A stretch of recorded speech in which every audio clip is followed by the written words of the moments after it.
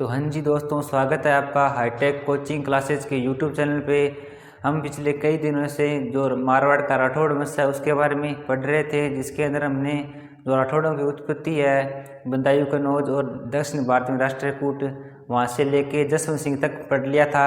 अब हम आगे पढ़ेंगे जसवंत सिंह के बेटों के बारे में, उनका क्या संघर्ष रहा, वो कैसे जोधपुर के राजा बने, किसका सहयोग रहा, वो सब अब आगे पढ़ते हैं। तो चलिए, जब जसवंत सिंह की मृत्यु हुई थी, जसवंत सिंह की मृत्यु हुई थी 1678 में। 1678 ईस्वी में जसवंत सिंह की मृत्यु हुई थी। कहाँ हुई थी? जमरूद थाना क्षेत्र में। ये मैंने आपको पिछली क्लास में बताया था।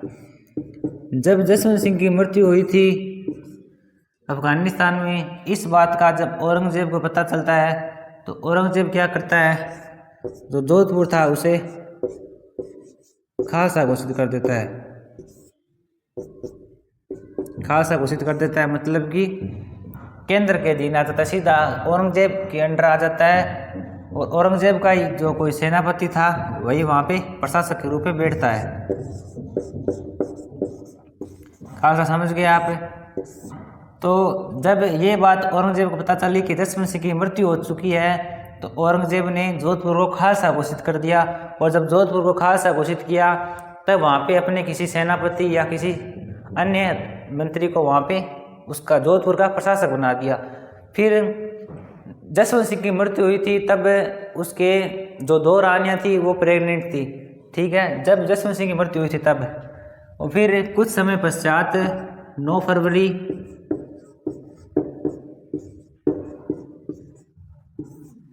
1679 को जसवंत सिंह की 2 रानियाँ थी, उन्होंने 2 पुत्र को जन्म दिया। एक का नाम था दलथमन और दूसरे का नाम था अजीत सिंह।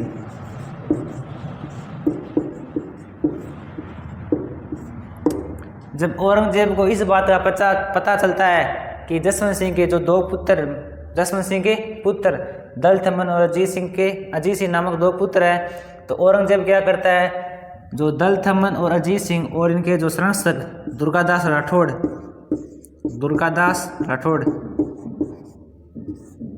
इन सबको दिल्ली बुला लेता है अपने पास। जब औरंगजेब दुर्गादास राठौड़ जसवंत सिंह के दोनों पुत्र को दिल्ली बुलाता है तो जो किशनगढ़ के राजा थे रूप सिंह, उनके नाम पर ही दिल्ली में एक हवेली थी, रूप सिंह राठौड़ी हवेली।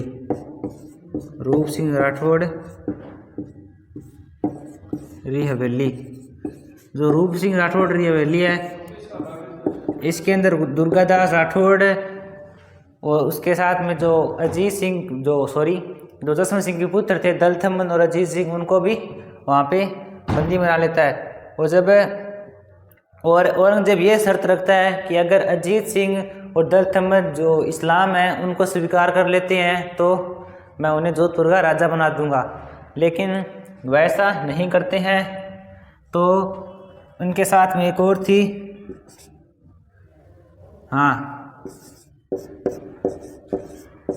गोरा। जो गोरा थी वो मारवाड़ की पन्नादाई कहलाती है। मारवाड़ की पन्नादाई कैसे, मैं आपको बताता हूँ।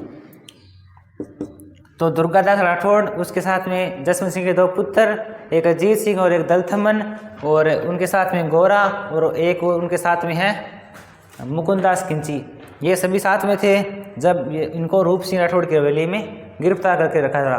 और औरंगजेब ने शर्त रख ली कि आप अजीत सिंह और दलथमन को वो इस्लाम स्वीकार करवा दो और मैं इनको जोधपुर का राजा बना दूंगा। लेकिन दुर्गादास राठौड़ इनकी ये शर्त नहीं मानते हैं। और जो गोरा थी उसके साथ में उसका भी एक पुत्र था, जो गोरा थी उसके साथ में उसका एक पुत्र था। तो दुर्गादास जी राठौड़ एक योजना बनाते हैं, जो गोरा थी वह बाहर, जैसे कि जो रूप सिंह राठौड़ जो हवेली है उससे बाहर, मतलब कि ऐसे अपने बच्चों के लिए खाने का जो सामान होता है वो लाने के लिए बाहर जाती थी और आती थी। तो दुर्गादास राठौड़ ये योजना बनाते हैं कि अब की बार तुम बाहर जाओ तो तुम तो साथ में जो अजीत सिंह है उसको भी ले जाना। और दलथमन की वहीं पे रूप सिंह राठौड़ में जो दलथमन था उसकी रूप सिंह राठौड़ की हवेली में मृत्यु हो जाती है बीमारी के कारण।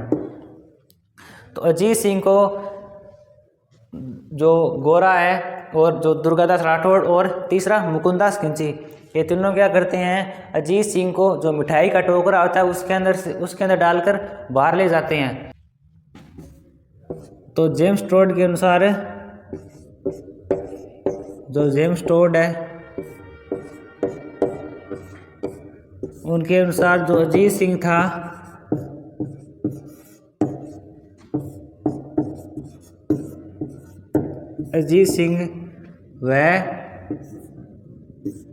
अजीत सिंह को दुर्गादास राठौड़ क्या करते हैं, जो मिठाई का टोकरा होता है उसके अंदर डाल के बाहर ले जाते हैं।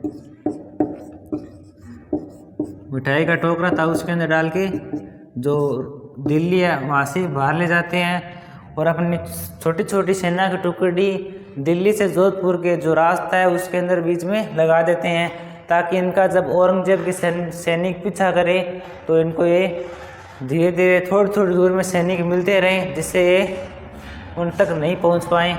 और ऐसे करके दुर्गादास राठौड़ जब मारवाड़ पहुंचता है तो उसको पता चलता है कि जो मारवाड़ है उस पर तो औरंगजेब ऑलरेडी अधिकार कर चुका है और वहाँ पे अपना प्रशासक उसने नियुक्त कर लिया है। तो इस बात का जब दुर्गादास राठौड़ को पता चलता है तो दुर्गादास राठौड़ क्या करते हैं, अपने जो सिरोही है, सिरोही के अंदर ये मेराठ महाराणा राज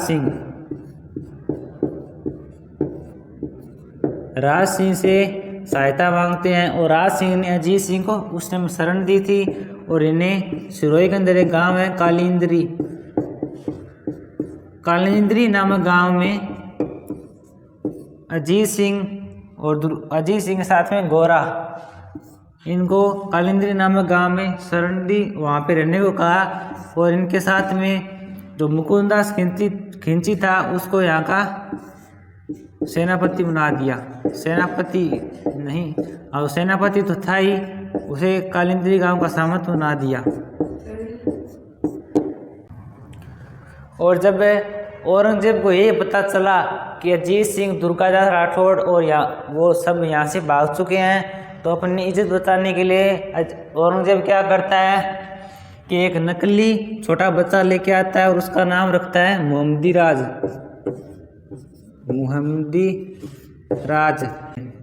की, और सभी से यह कहता है कि अजीत सिंह ने इस्लाम स्वीकार कर लिया है और अजीत सिंह का नाम मोहम्मदी राज है। और इसे जो औरंगजेब है इसे अपनी जो बेटी थी जेबुनिसा उसे सौंप देता है।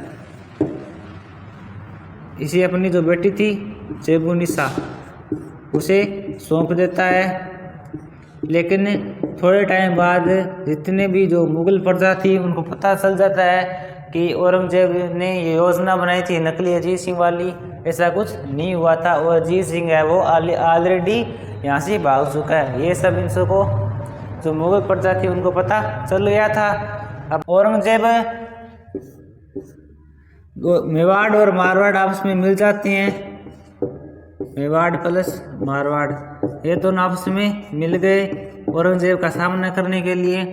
तो इनका एक युद्ध हुआ था, देवारी का युद्ध 1680 में।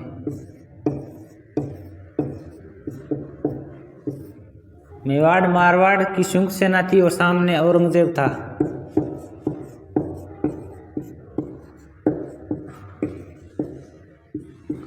इसके अंदर औरंगजेब ने जो मेवाड़ मारवाड़ की संयुक्त सेना थी इनको हराया था। तो इससे दुर्गादास राठौड़ ये करते हैं कि जो औरंगजेब का पुत्र था अकबर,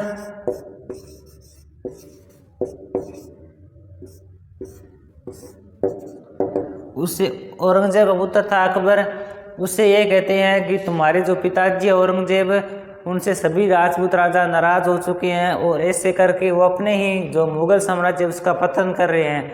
तो अकबर से दुर्गादास राठौड़ ने ये कहा कि जो तुम्हारे पिताजी हैं वो अपने साम्राज्य का पतन कर रहे हैं, तो अकबर तुम ये काम करो कि तुम मुगल बादशाह बन जाओ और अपना जो जो तुम्हारे पूर्वजों ने जो मजबूत राज्य बनाया था वैसा भी राज्य तुम बना लो, ऐसा अकबर को कहते हैं। और अकबर को वहीं नाडोल पाली में, नाडोल पाली में मुगल बादशाह घोषित कर देते हैं। अकबर खुद को ही खुद मुगल बादशाह घोषित कर देता है नाडोल पाली में। बादशाह घोषित कर दिया, कब किया? 1 जनवरी 1681 को।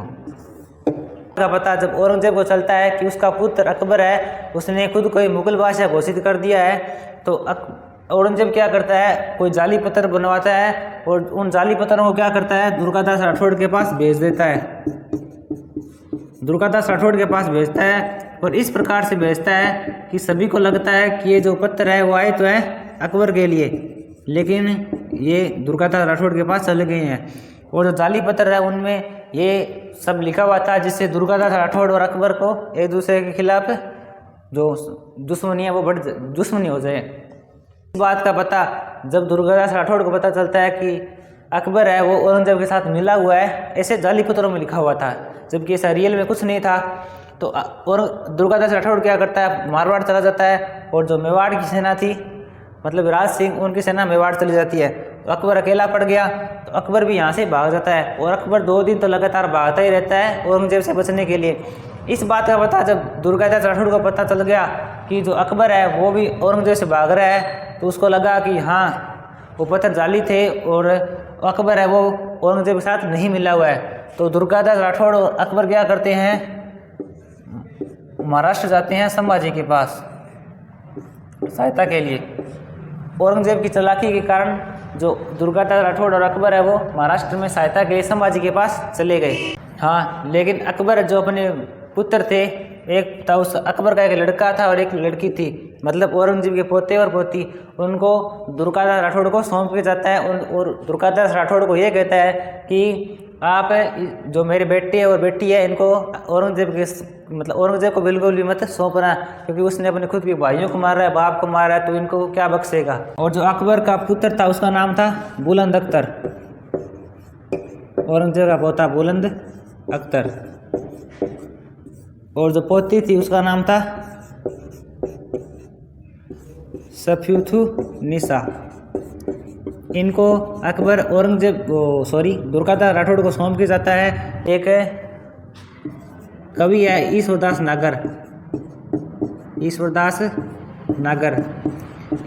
नागर के कहने पर जो दुर्गादास राठौड़ है उन्होंने जो बुलंद अख्तर और सफीद उन्नीसा इनको औरंगजेब को सौंप देता है। और औरंगजेब को जब ये पता चलता है कि उनके जो पोता और पोती है इनको हिंदू धर्म के अलावा जो इनके इस्लाम है, जो कुरान हो गया, वो सब कुछ सिखाया गया है, तो औरंगजेब अत्यधिक प्रसन्न हो जाता है और दुर्गादास राठौड़ को कहता है कि तुम्हें जो चाहिए वो ले लो। तो दुर्गादास राठौड़ जोधपुर के अलावा जो आसपास की जागीरें थी वो सब ले लेता है। फिर फाइनली 1708 में एक देबारी समझौता हुआ था। देबारी समझौते के तहत जिस देबारी समझौते में मेवाड़, मारवाड़ और आमेर तीनों का ये समझौता हुआ, देबारी समझौता, जिसके तहत जो अजीत सिंह है वो जोधपुर का राजा बन गया। जब अजीत सिंह जोधपुर का राजा बना तो उसके जो दुर्गादास राठौड़ है उन्हें अजीत सिंह देश निकाला दे देता है। देश निकाला इसलिए देता है क्योंकि जो अजीत सिंह था उसका प्रभाव दुर्गादास राठौड़ से अत्यधिक कम था। अब अजीत सिंह की एक बेटी थी इंद्र कंवर की शादी अजीत सिंह मुगल बादशाह फर्रुखसियार से करवाता है। कब करवाई? 1715 ईस्वी में। और इंद्र कंवर अंतिम हिंदू राजकुमारी थी जिसकी शादी किसी मुगल के साथ हुई थी। ठीक है, अब आगे जो इंद्र कंवर की शादी फर्रुखसियार से 1715 में हुई और जब अजीत सिंह की हत्या हुई थी, अजीत सिंह की हत्या की थी उसके पुत्र भगत सिंह ने, जो भगत सिंह था उसकी हत्या हुई थी, जो भगत सिंह था उसने ही अजीत सिंह की हत्या की थी। और अजीत सिंह का जब अंतिम संस्कार हुआ था तब कई पशु पक्षी जलकर मर गए थे।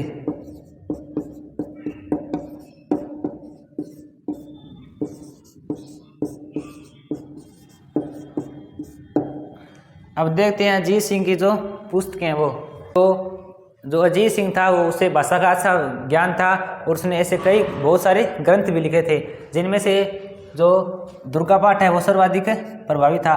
तो अजीत सिंह का सबसे पहला ग्रंथ था दुर्गा पाठ, फिर गुण सागर, फिर निवारण राधुआ और फिर गज-उद्धार और अजीत सिंह रा कवित। ये अजीत सिंह द्वारा लिखी गई पुस्तकें हैं। ठीक है, तो अजीत सिंह के बारे में इतना ही है। बाकी हम कल पढ़ेंगे उसके पुत्र के बारे में जिसने उसकी हत्या की थी और उसका भाई अभय सिंह, और जो खिचड़ी घटना है वो भी हम कल पढ़ लेंगे। आज के लिए इतना ही, धन्यवाद।